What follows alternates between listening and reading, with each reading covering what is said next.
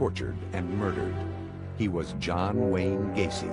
When this whole thing is over, you might be witnessing one of the most horrible crimes, perhaps, in a century.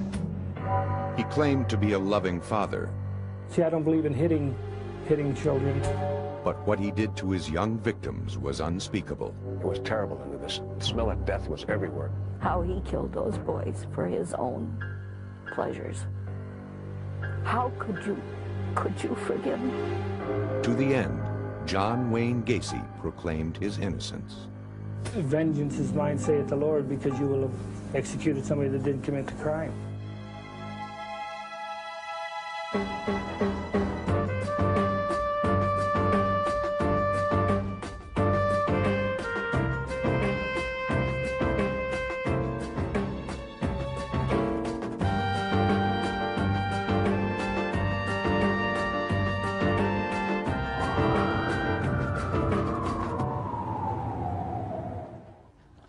This is Crime Stories. I'm Richard Belzer. Imagine the nightmare. Your child is missing and you don't know what happened until one day a horrifying discovery.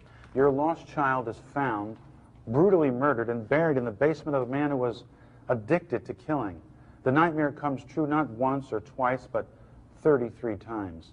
The work of a man whose name became synonymous with evil, John Wayne Gacy, one of the most notorious serial killers of all time.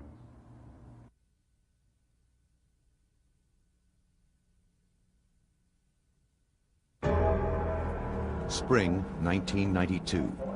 Killer John Wayne Gacy tries to rewrite history. When they paint the image that I was this monster who picked up like these altar boys along the street and swatted them like flies, I said, this is ludicrous. The prison interview came 13 years after Gacy had been convicted of murdering 33 young men and boys from 1972 until 1978. Whether it's Berkowitz, whether it's Bundy, whether it's Williams, Wayne Williams down in Atlanta, or any of the others, or Charlie Manson. See, I don't comment about other cases for the simple fact is that I wasn't there. Do you feel somewhat of a kinship with some of these people? God, I hate that when they put me in the same club with them. With his execution date just months away, Gacy, then 51, was seeking a new trial. If people don't want to know the truth and the honesty of it, if they want to be convinced or brainwashed into what they believe, then fine, then go ahead and kill me. But vengeance is mine, saith the Lord, because you will have executed somebody that didn't commit the crime. But the evidence against him was overwhelming. Evidence that didn't come together until December 1978, when a 15-year-old boy disappeared. He was one of a number of boys who had disappeared in the Chicago area, but something about him was different. The boy was Rob Peast, a sophomore in high school who worked part-time at the Nissan pharmacy in the northwestern suburbs of Chicago. On December 11th, at quitting time, he told his mother he was going to talk to a man about a construction job, but Rob Peast never made it home. His parents finally ended up at the police department to fill out a missing persons report on their youngest son. At the time, the man in charge of the state's attorney's office was Terry Sullivan. One young police officer happened to come up the one morning, and he said, Terry, there's a couple that was here last night reporting their son missing, and I think there's something strange to it. I don't believe that he's a runaway. Sullivan agreed.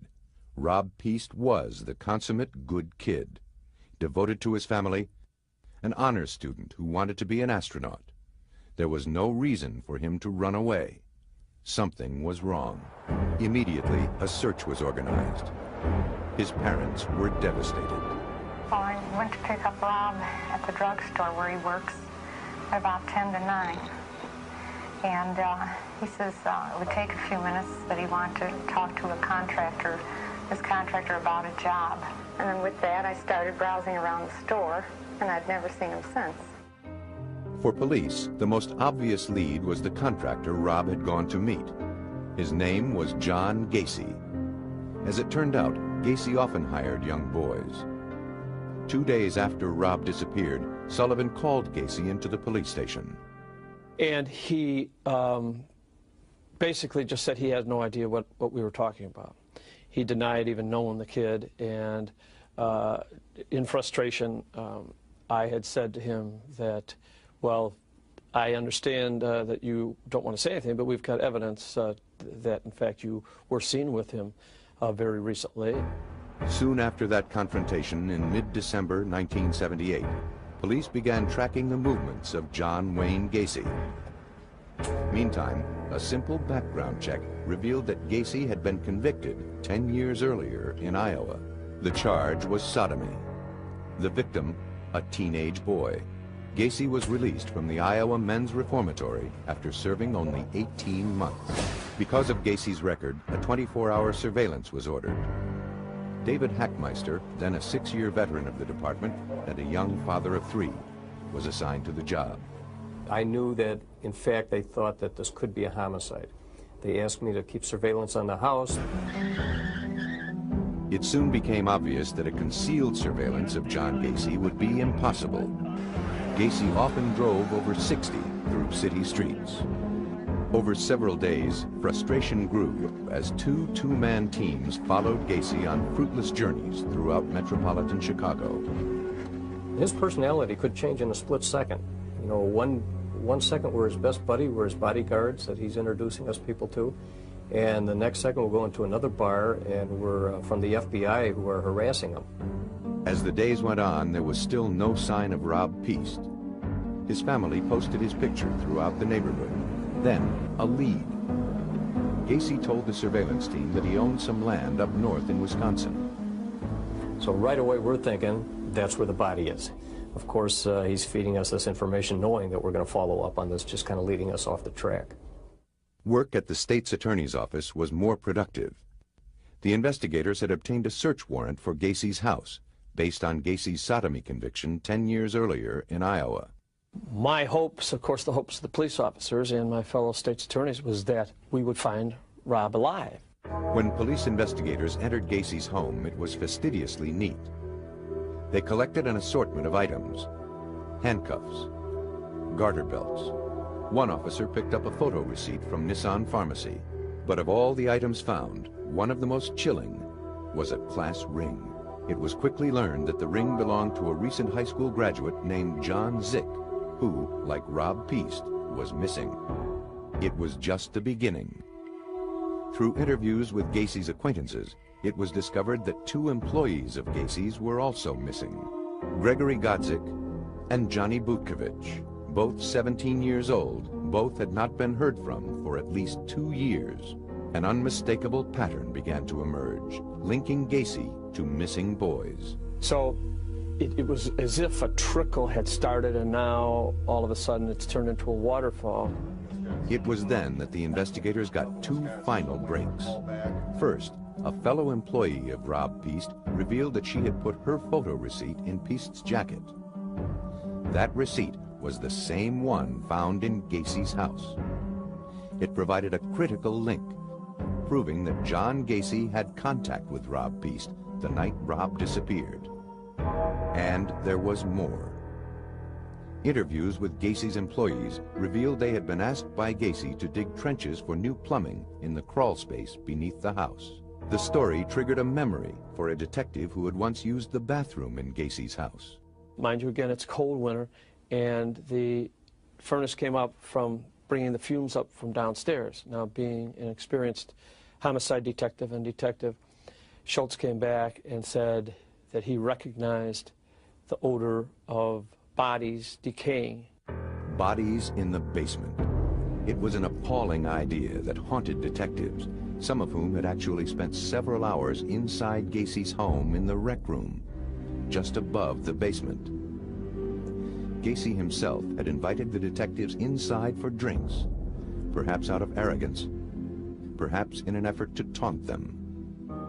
Based on these new clues, detectives pushed for a second search warrant. Then, late in the evening of December 20th, they followed Gacy to his attorney's office. We were absolutely certain that at this point there was a confession because the attorneys were very, very, very nervous. After spending the night on the couch at his attorney's office, Gacy was on the move. The exhausted detectives had followed him for 8 days. Christmas was just 4 days away. And finally, they believed Gacy was going to crack. This was the beginning of the end for Gacy. He had apparently decided that he was going to commit suicide and was going to go around and say his last goodbyes.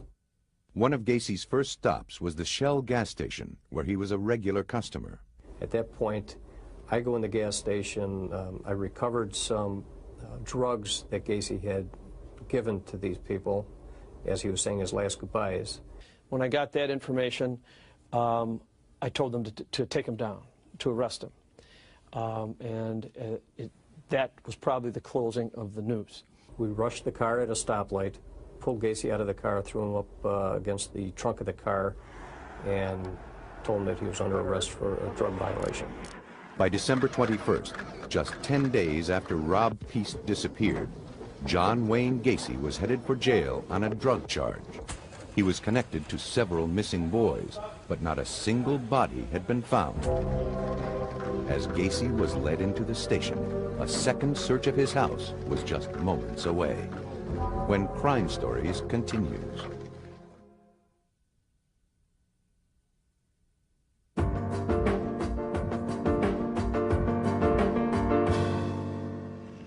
By the spring of 1992, the Menard State Penitentiary in downstate Illinois had been John Wayne Gacy's home for 13 years. And so, by the time he agreed to be interviewed, he had an answer for everything. Even when he was asked about the odor from the crawl space, Gacy had an explanation. You know, I found it as odd when we bought the house that a house with a crawl space would need a sump pump. But then I learned the first time it rained that this ground gets wet under there, and then the crawl space actually floods up to a foot deep in water. And then as it recedes, it puts out a musty odor. There was always a musty odor in that house. As for the day in December 1978, when a police detective thought he smelled decaying bodies, Gacy said it wasn't that at all. We had come into the house, and my little Lhasa Apso was in the house. And of course, he had been locked in the kitchen, you know, all day. Well, the little puppy, he piddles, see, and while he's piddling and while he is doing his business on the paper and that, you can imagine what it smells like if you go into a closed room and when the heat came on. Still today, it seems inconceivable that Gacy would rely on such a defense. Because the truth about the crawl space became international news on the very day Gacy was arrested. On the night of December 21st, 1978, while John Gacy was held at the Des Plaines police station for possession of marijuana, the second search of his house began. While some officers looked for evidence upstairs, two went below into the crawl space. Moving on hands and knees, the evidence technicians surveyed the muddy ground. One officer took a shovel, dug down about 6 inches, and pulled up something hard. It was a human bone. While held at a local police station, Gacy complained of chest pains and was rushed to a nearby hospital. Detective David Hackmeister met him there. I hadn't been there maybe 20 minutes or a half an hour when I got a phone call from my supervisor advising that they had found bones in the crawl space. At that time, Gacy was just being released from Holy Family Hospital, and I advised him at that point that he was under arrest for murder. Defeated, Gacy looked straight at Hackmeister and said, "Dave, I'm ready to clear the air." He then confessed to the murder of more than 30 young men and boys. He certainly held nothing back. He talked about the very first person that he killed, and that he had stabbed him to death, and that caused such a mess that he had to come up with another plan after that. Every person that he killed thereafter, he came up with a plan to strangle. The specifics Gacy provided of torture in his house were staggering. He talked in detail about sexually abusing the boys and strangling them. As Gacy talked, the officers looked for some feeling in him, some emotion about what he had done. There was none. In the confession room, I most clearly remember that there was no remorse. Very, very cold about it. By the next day, word that bodies had been found at John Gacy's house had spread through the media. The Cook County medical examiner, Dr. Robert Stein, arrived and joined the crew to direct the exhuming of the bodies. First, they ripped out the floorboards of the house, exposing the crawl space completely. Some workers dug through the mud beneath the house. Others began to dismantle the garage. By midday, the first body bag emerged. The crew pressed on. A second body was carried out shortly after. On that first day, a ritual was established that would last as long as the digging continued. Each afternoon, Dr. Stein would report the discoveries of the day. In the garage, there was just that one skeletalized remain, and in the house itself also a skeletalized remain. No one knew how many bodies would eventually be found, but based on Gacy's confession, officials speculated that the number would be considerable. When this whole thing is over, you might be witnessing one of the most horrible crimes, perhaps, in a century. Early on, investigators brought in the one person who could provide the most help, John Gacy. He showed them one spot to check and then was quickly whisked away. Gacy's information about the graveyard beneath his house was remarkably precise. At one point, he even drew a sketch of the crawl space. To this day, it's a bone-chilling little handwritten sketch because this guy knew where almost every body was. He didn't remember the names of them, or he wouldn't tell us the names, but he knew where they were in the basement. All 6 bodies were essentially skeletalized. For those working in the crawl space, the job was horrendous. Each time they dug a hole, it would immediately fill with water. They would sort through the mud by hand, picking up small bones. Whenever they found a skull, they placed a stake into the ground with an identifying number. Outside in the freezing cold, among the spectators, was veteran crime reporter John Drummond. It attracted the curious, despite the cold weather. People would come out there to see the scene because what had this scene ever happened before? No. The odor was terrible. All the investigators that we talked to afterwards admitted that the stench, despite the fact it was very cold weather, was overwhelming. It was terrible in there. The smell of death was everywhere as they went in there. Some people came not just out of curiosity. They were relatives of young men who were missing. I just have a grandson missing, and it's just a stab in the dark. The number of bodies found today are 6. Bringing the total to? 21. In the final stages of the search, the Gacy house was completely dismantled. 29 bodies had been unearthed. But nowhere had they found Rob Peast, the young boy whose disappearance had initiated the investigation of John Wayne Gacy. The search for him would continue. At this point in time, it would appear that we have removed those bodies from the crawl space. As the search for bodies ended, there was one question the stunned public wanted answered. How had John Gacy gotten away with killing so many young men and boys for so many years? Behind the mask of the killer clown, when Crime Stories returns.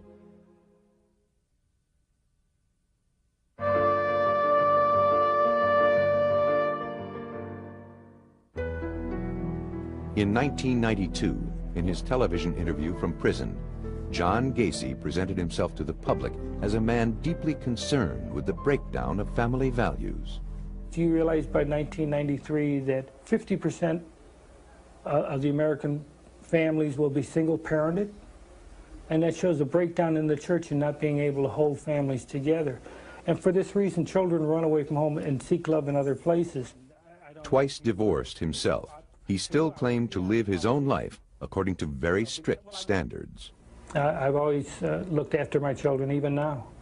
A lot of things that my dad did, I refuse to do, because I don't believe in hitting children. A good father, a concerned citizen.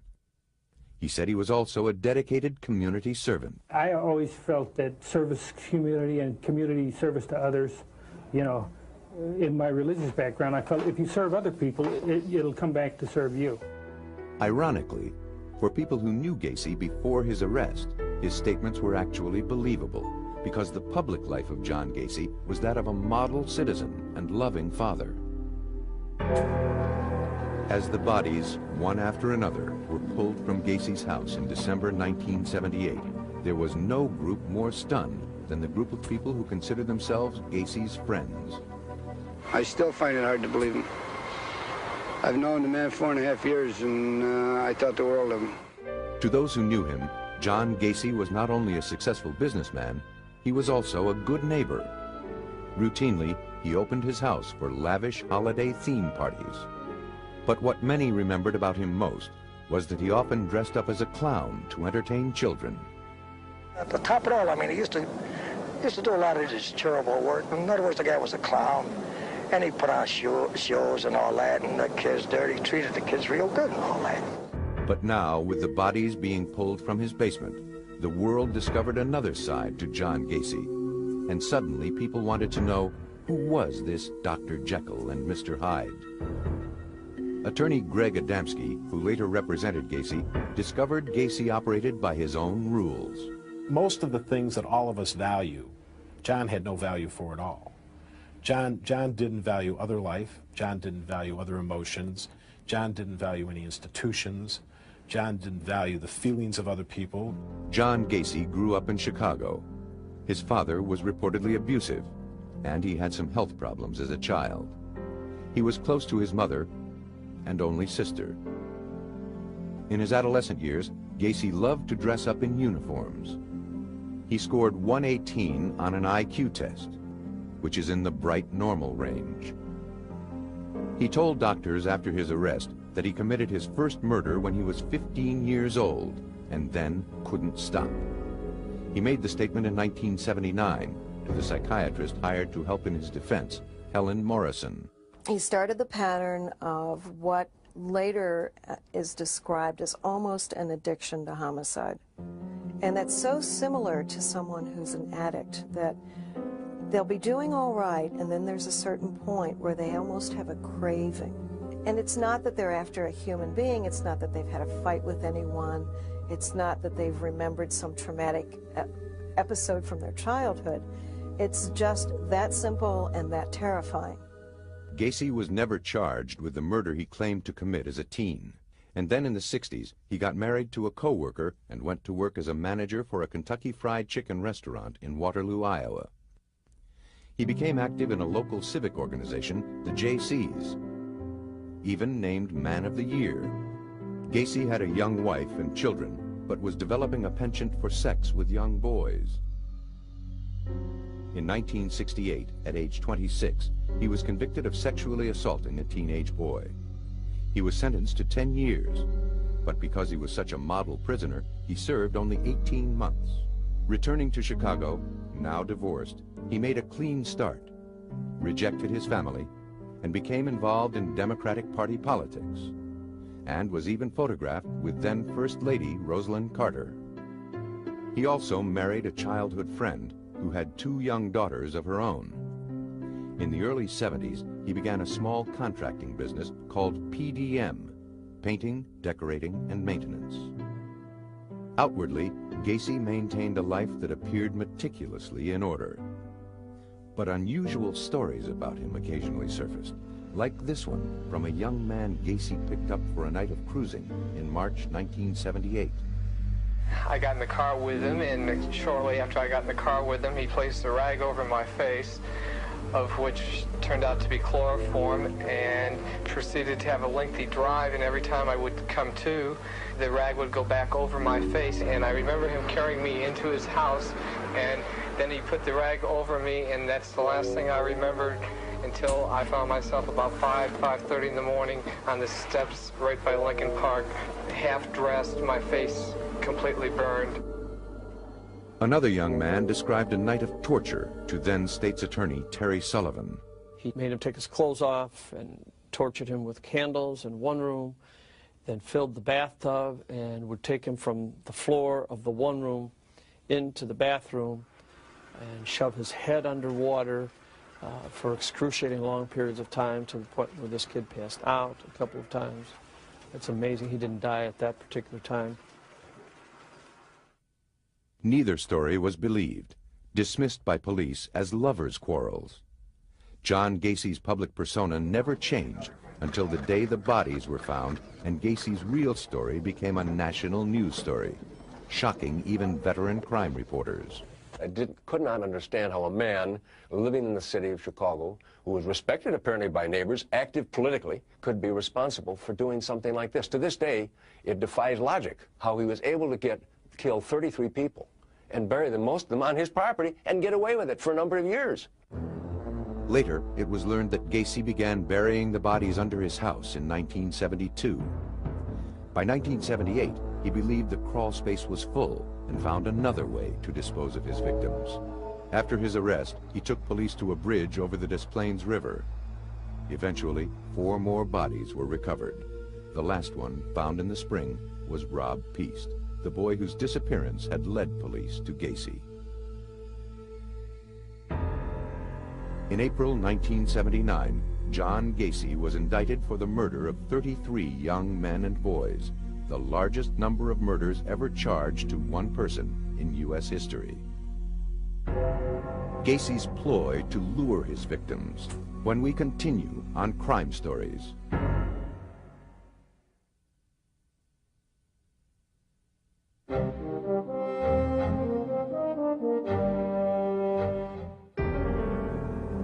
Of all the statements John Gacy made during his 1992 interview from prison, the most chilling were those he made about his victims and their families. His contempt for them was obvious. That one mother that gets on television all the time who thinks I should be given 33 injections, I think she ought to take 33 Valiums and go lay down. She goes on Geraldo show and all these other shows talking about, I think it's Maori, I think is the name. Her Marine son. Her Marine son, if her Marine son was so great, what the hell did he run away from home 12 times? From the beginning, Gacy's victims were known as numbers that represented nothing more than the sequence in which they had been found. From the crawl space, they were taken to the county morgue, where the real work began, the job of identifying each body, changing the number to a name. The first body found turned out to be 17-year-old Johnny Butkovich, one of the boys who had worked for Gacy. The second was Greg Godzik, also an employee. As each name was announced, television crews raced to find the families. He was a good boy. I'd spend anything to find him. I really would. And I think every mother would. It's just not me. I'm sorry for everybody else. Darrell Sampson, John Zick, Randall Reffett. The faces filled the newspapers. Body number 13 was Johnny Maori, 19 years old, a former Marine. His mother, Dolores Nieder, last saw Johnny on September 15, 1977. We would go out searching for him. We were playing detectives. We were searching for Johnny, looking for him. And already, Johnny was dead. Dolores Nieder went to the police and reported her son missing. They were not helpful. He said, no, he said, Johnny's a runaway. Oh, I was shocked when I heard that. I said, what has Johnny got to run away from? It was the same with all the others. Not a single parent was believed. And for years, some police officers unwittingly played right into Gacy's hands. And what he said to us, nothing wrong with Johnny. Johnny is not dead. What made He's missing. That's all what he say. He's run away. And I know right away it's not true. Because Johnny no got no reason to run away. If they listen to us, they save so many lives. While the police claimed they were runaways, Gacy said they were all homosexual predators. The biggest excuse that he came up with is that all of the victims made him do what he did. It was the victim's fault. If they hadn't pursued him, he wouldn't have had to do to them what he did. But as investigators discovered the identities of the boys, it was clear that the majority were neither runaways nor male prostitutes. Gacy had said they were gay. Johnny, I know, was not gay. But even if he was, no one has a right to take anyone's lives. As more bodies were identified, the names kept coming. William Carroll, Robert Gilroy, Russell Nelson. They were all young, healthy, strong. How had Gacy managed to overpower the boys? the answer, Gacy was cunning, and he had a perfect ploy. In his black car, equipped with 2 spotlights, Gacy pretended to be a policeman. He would stop a boy walking down the street, flash a badge, and tell him to get in. Once inside the car, the boys were driven to Gacy's home. All he needed then was a good trick. He told officers how it worked with his last victim, Rob Peast. He says, now, it's a very simple trick. He says, I'll show you how to do it. Put the handcuffs on. So he had Rob Peast actually put the handcuffs on himself and cuff himself behind his back. And Rob struggled with the handcuffs for several minutes and said, well, what's the trick here? And John reached into his breast pocket and pulled out the key to the handcuffs and said, the trick is you have to have the key. With the boys restrained in the handcuffs, Gacy then moved on to his rope trick. Slipping a rope over the victim's neck and twisting a rod through it over and over until the young man collapsed. For the parents who heard the stories of their children's last moments, the image was horrifying. I could never forgive Gacy for the rest of my life. How on earth can you forgive someone who takes a loving child from you and who does it in such, a tragic way? Over a period of 6 years, John Gacy murdered at least 33 boys and was never discovered until finally the police listened to the parents of one child. Believe me, if Rob Peast had been anyone but Rob Peast, if he had been a person that had run away on several occasions, we probably wouldn't have looked into it as closely as we had. In the spring, 4 months after he disappeared, Rob Peast, the boy who stopped John Gacy, was buried. 9 other boys killed by Gacy were never identified and were buried in separate cemeteries around Chicago. And although the young victims have all now been properly laid to rest, the pain for the families is still very much alive. Losing a child is just the hardest thing in life that you have to go through. Gacy pleads insanity, but will the jury believe it? When we continue on Crime Stories.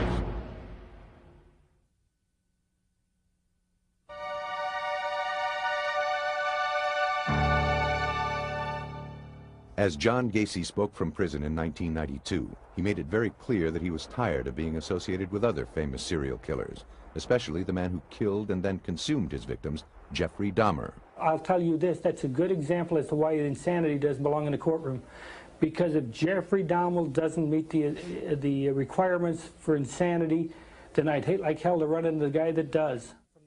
It is an ironic statement, coming from a man who 13 years before had pled not guilty to 33 murders, using the defense of insanity. On February 6, 1980, the first day of John Gacy's trial, people lined up at the criminal court building in Chicago, eager to get a glimpse of one of the most notorious serial killers of all time. Already, Gacy's story had received so much press coverage in Chicago that jurors had to be selected from Rockford, a city 50 miles north. The 16 men and women were bused to the courthouse and sequestered for the entire 6-week-long trial.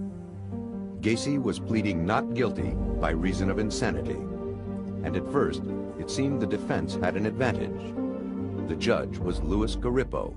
If you really think about it, if the defense is insanity, and you have someone who's killed 33 people, everyone say, hey, there must be something wrong with that person.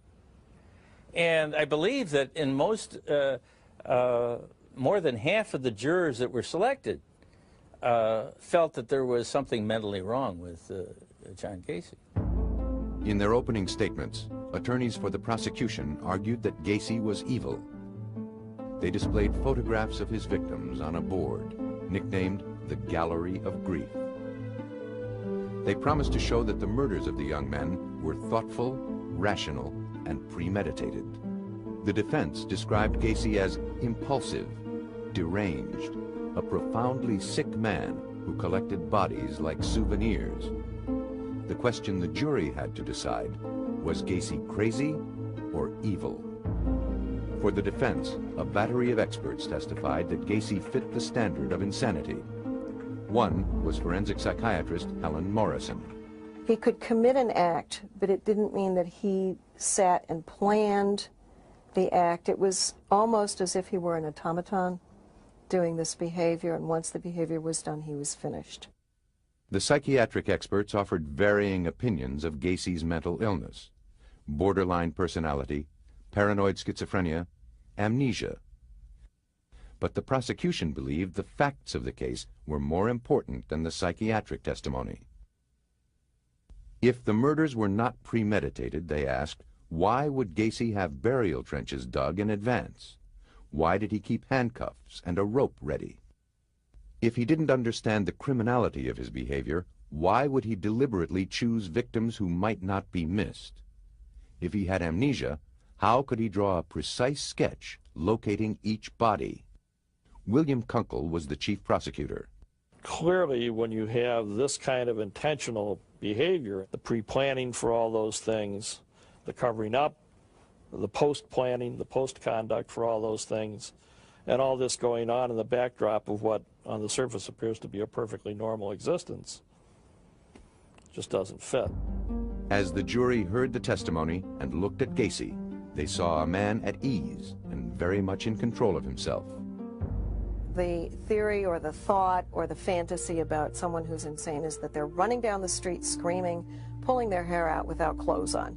And they could clearly see that he was not insane. I mean, he was sitting in the courtroom, he was participating, smiling, being considerate of where people were sitting.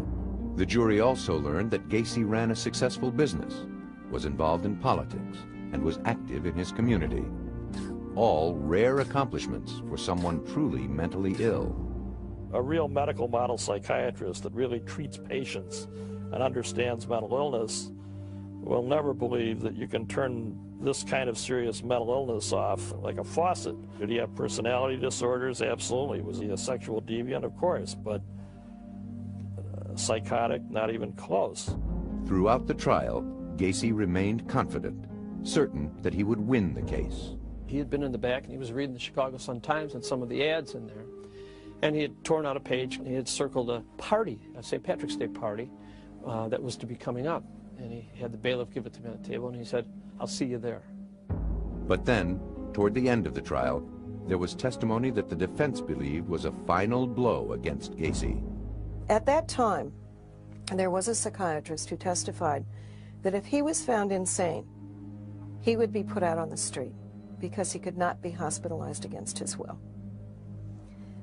That, obviously, no one in their right mind believed that this man was sane, but no one was willing to take the chance that he would be out on the street.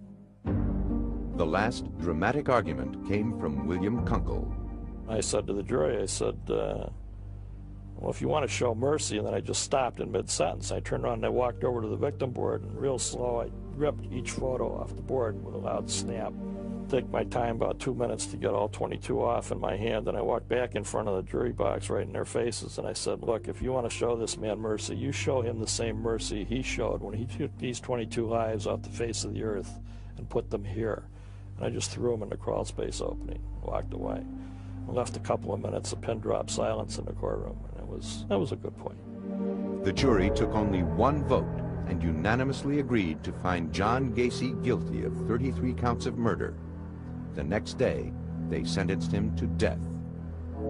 Gacy deals from death row when Crime Stories continues.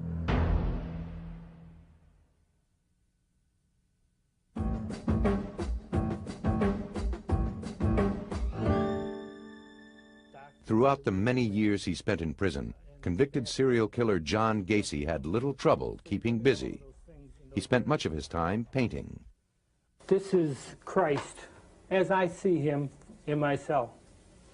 And it's monolithic because Christ, to me, is monolithic. He's all things to all people. This here is the Hi-Ho series. This is called Hi-Ho Around the Campfire. Many who knew him there said Gacy actually enjoyed prison. He thrived on the regularity of life in an institution.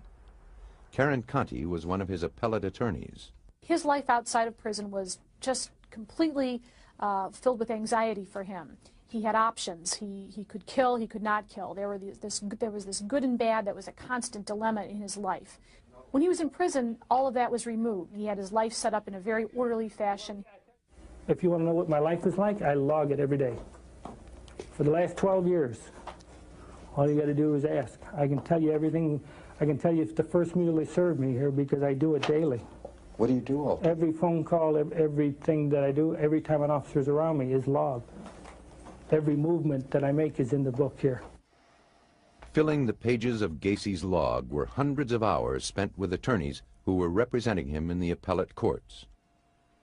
As ardent opponents of the death penalty, working together, they had taken on one of the most unpopular cases in the country. First of all, we got death threats. We had clients who quit us. We carried a baseball bat from the garage to the house after a while. We had bomb threats. Dozens of legal issues were raised on behalf of Gacy, while he maintained that he was not the one who killed the boys in his basement. At the time of my arrest, there was 4 other suspects, all employees of PDM contractors, all with keys to the house. To the end, Gacy denied his guilt. I wanted him to have this breakthrough. I wanted him to have this all of a sudden, all right, there's no more pretense, there are no more appeals. Now I can tell you I did it, and this is why I did it. I was waiting for it, but it just never came. It was like a book with no ending. As the years went by, each and every appeal was denied. At last, a final execution date was set. May 10th, 1994, 14 years after his conviction.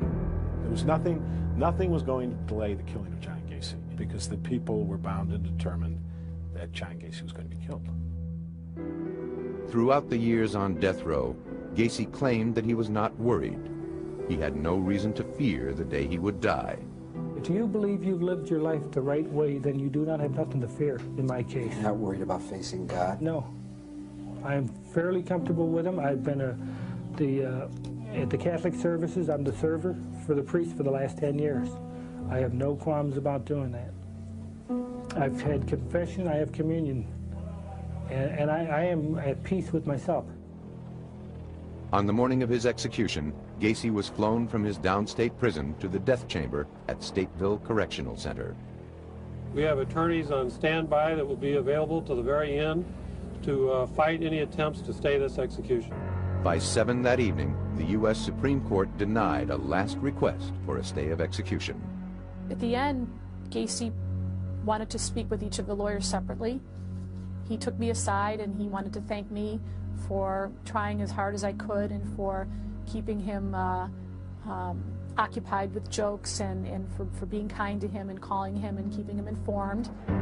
Even while the crowds cheered outside his cell, Gacy did not believe he was going to die. At about 11:15 on the night that Gacy was killed, one of us called up Gacy and said, "How are you doing?" And Gacy said, "You know what? Can this wait? Can I talk to you in a while?" We said, "No, John, I can't wait. I mean, what do you mean a while?" He said, "Call back in an hour or two." I said, "John, you're going to be dead in an hour or two. What are you thinking about?"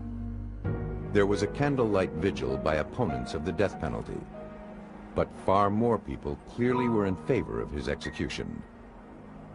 Just after midnight, with relatives of his victims watching on a television in the prison basement, Gacy was strapped to a gurney in the execution room. He was given 3 lethal injections. John Wayne Gacy was pronounced dead at 12:58 a.m. He got a much easier death than any of his victims.